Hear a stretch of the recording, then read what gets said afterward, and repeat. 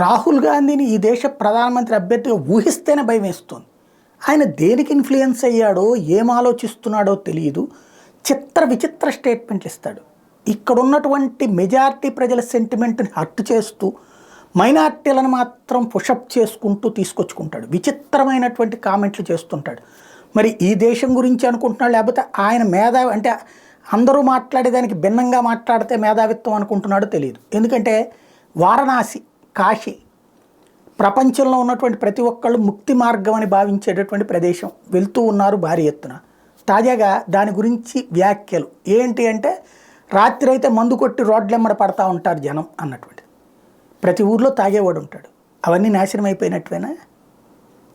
తిరుపతిలో కూడా మద్యం తాగేవాడు ఉన్నాడు. కాబట్టి దాని పవిత్రత పోతుందా? ఇంకోటి, అదేమన్నా సెంటిమెంట్కి ఏంటి సంబంధం? దానికి వారణాసి డెవలప్ అయ్యిందా లేదా? అక్కడ కోట్లాది మంది వాళ్ళు వస్తున్నారా లేదా? ఆ భక్తుల సందర్శన వల్ల అక్కడ ఉపాధి అవకాశాలు ఎన్ని పెరిగినాయి, ఉద్యోగ అవకాశాలు ఎన్ని పెరిగినాయి, ఏ విధమైన డెవలప్మెంట్ జరిగింది?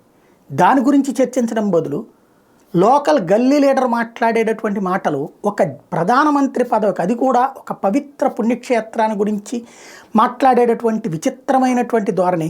దీని మీదనే స్మృతి ఇరానీ తీవ్రంగా స్పందించారు. Congress leader Rahul Gandhi mounted an attack on the Modi government, this time targeting the Lok Sabha constituency Varanasi, saying he saw youth of the state getting drunk in the night and wasting their future. Hitting back, union minister Smriti Irani accused Rahul of defaming the revered sites of Hinduism and urged Sonia Gandhi to teach her son some manners.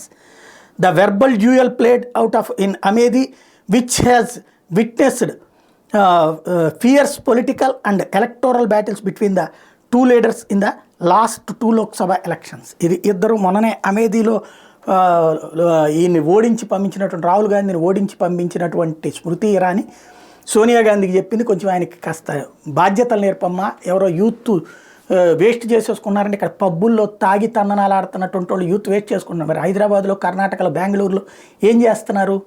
అదంతా youth waste చేసుకుంటున్నట్ట. Common sense లేనటువంటి వాడు ఎట్టాంటోడు politician ఎట్టయ్యాడో ఎవరికి అర్థం కావట్లేదు.